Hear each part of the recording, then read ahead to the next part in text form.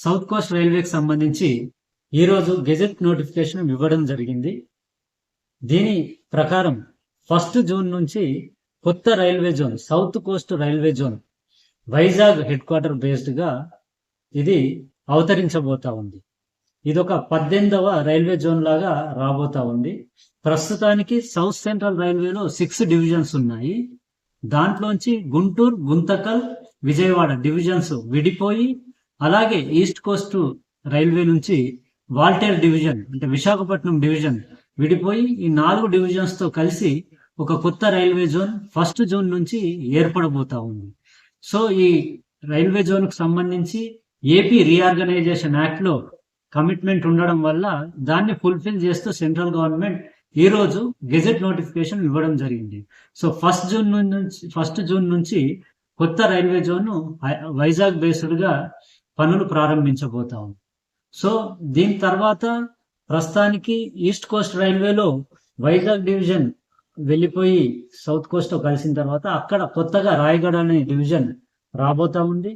అలాగే south central railway 6 divisions తో ఉన్న సౌత్ సెంట్రల్ రైల్వే తర్వాత 3 డివిజన్స్ తో హైదరాబాద్, సికింద్రాబాద్, నాందేడ్ డివిజన్స్ తో ఇది ఫర్దర్ గా జర్నీని కొనసాగిస్తూ ఉంటాయి.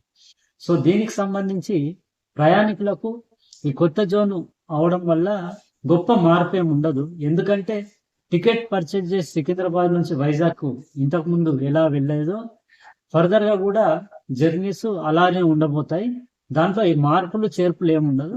ఈ జోనల్ బైఫర్కేషన్ అన్నది అది ఇంటర్నల్ అడ్మినిస్ట్రేటివ్ ఆపరేషనల్ కన్వీనియన్స్ కోసం జరిగిన ప్రక్రియ. సో దీంట్లో అంటే ఆస్తులు కానీ, బడ్జెట్ కానీ, రెవెన్యూస్ లో మార్పులు వచ్చేసి పెద్ద తేడాలు వస్తాయన్నది ఏం లేవు.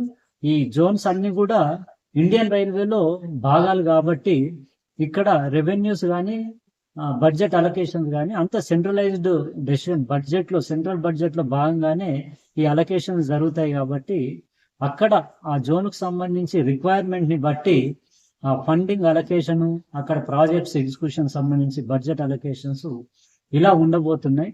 కాబట్టి దీంతో పెద్ద మార్పులు ఏం రావు. Only operational convenience and administrative convenience కోసం జరిగిన ప్రాసెస్. దీంట్లో ఈ డివిజన్స్ కూడా 3 divisions Guntur, Guntakal, Vijayawada exactly as on today divisions ఏవైతే ఉన్నాయో అవి కంప్లీట్ గా వెళ్ళి కొత్త జోన్లు ఏం కలవట్లేదు. ఇక్కడ కూడా బార్డర్స్ ఏదైతే ఇంటర్ జోనల్ బార్డర్స్ ఉంటాయో వాటికి జ్యూరిస్డిక్షన్ డిసైడ్ చేసేటప్పుడు ఆపరేషనల్ కన్వీనియన్స్ ని దృష్టిలో పెట్టుకొని డివైడ్ చేయడం జరిగింది. సికింద్రాబాద్ డివిజన్ లోని కొద్ది పోర్షన్ అంటే మోటమర్రి నుంచి కొండపల్లి వరకు ఇప్పుడు సౌత్ సెంట్రల్ రైల్వేలో ఉండాల్సింది అది సౌత్ కోస్ట్ విజయవాడ డివిజన్ లో కలపబోతా ఉన్నారు. అలాగే గుంటూరు డివిజన్ లోని విష్ణుపురం, నల్గొండ, మిర్యాలగూడ, రామన్నపేట్ ఇవన్నీ కూడా సికింద్రాబాద్ డివిజన్ లో కలవబోతా ఉంది. అంతేకాకుండా గుంతకల్ డివిజన్ లోని రాయచూర్ నుంచి వాడి సెక్షన్ ఇది కూడా అంటే గుంతకల్ సౌత్ కోస్ట్ లో ఉండాల్సిన ఈ పోర్షన్ ఆపరేషనల్ కన్వీనియన్స్ దృష్ట్యా సికింద్రాబాద్ డివిజన్ అంటే సౌత్ సెంట్రల్ లో కలపబోతా ఉన్నారు. సో ఇవన్నీ కూడా అక్కడ ఆపరేషనల్ కన్వీనియన్స్ అంటే మనకు జంక్షన్ స్టేషన్ అయి ఉండొచ్చు, లేదంటే అక్కడ లోడింగ్ అన్లోడింగ్ పాయింట్ గూడ్స్ కి సంబంధించి ఈ థర్మల్ పవర్ ప్లాంట్స్ వాటికి సప్లై ఆఫ్ కోల్ రేట్స్ కావచ్చు, లేదంటే ఆ ఎంటీస్ రిలీజ్ అయిన తర్వాత వాటి మూవ్మెంట్ కావచ్చు, వీటన్నిటిని దృష్టిలో పెట్టుకొని ఈ జ్యూరిస్డిక్షనల్ మోడిఫికేషన్స్ అనేది చేయడం జరిగింది. సో మొత్తానికి 1 జూన్ నుంచి సౌత్ సెంట్రల్ రైల్వే 3 డివిజన్స్ తో పనులు చేసుకుంటా ఉంటే south coast railway 4 divisions Vizag, అలాగే విజయవాడ, గుంటూరు, గుంతకల్ వాటితో ఒక కొత్త జర్నీని ప్రారంభించబోతాం.